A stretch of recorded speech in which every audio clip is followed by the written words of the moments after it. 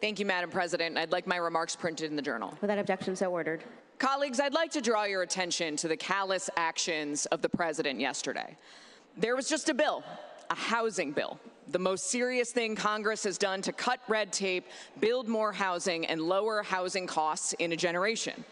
It passed with sweeping support from both parties. 358 to 32 in the House and 85 to 5 in the Senate. A bill signing was scheduled. The stage was built. The podium and the signing desk were placed.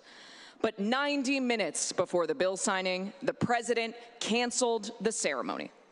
The legislation would have made it easier to build homes. It would have stopped Wall Street investors from buying up the houses that our families are trying to buy. It would have protected affordable housing in our rural communities and so much more. In Michigan, the average home now costs $270,000. To afford that home, a family needs to make well over $100,000 a year. The median household income in Michigan is around $70,000, $30,000 short.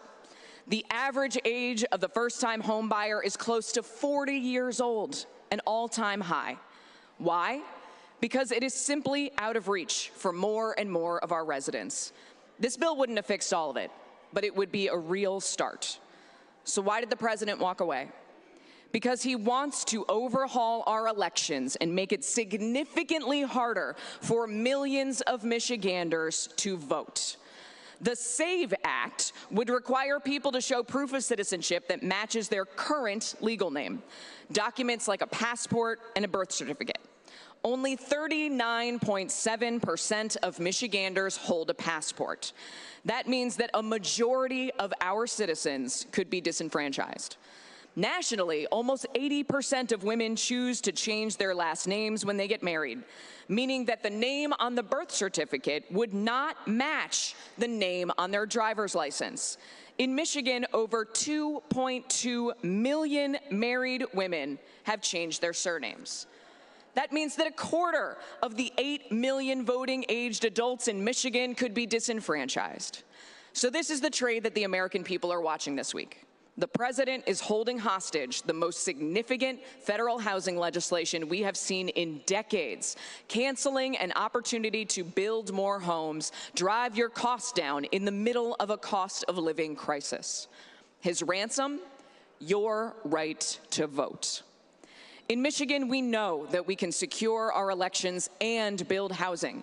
Michiganders made that clear in 2022 with the passage of Prop 2. We passed 9 days of early voting, allowed for anyone to vote via absentee ballot, ballots which are already available today for the August primary. We guaranteed paid postage on absentee ballots and a way to track them to ensure that they are received.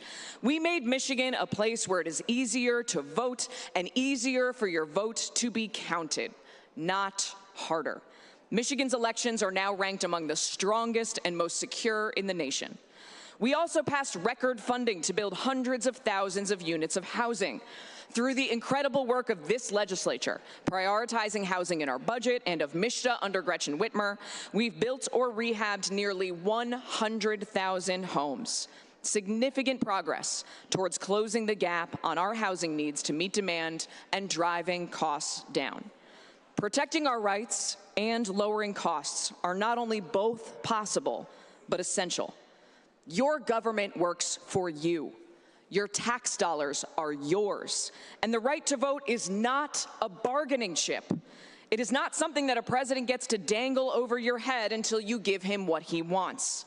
The people of Michigan are not pawns in this game. They are taxpayers. They are homeowners and renters and the people working 2 jobs to become one or the other. They are voters, and they are watching.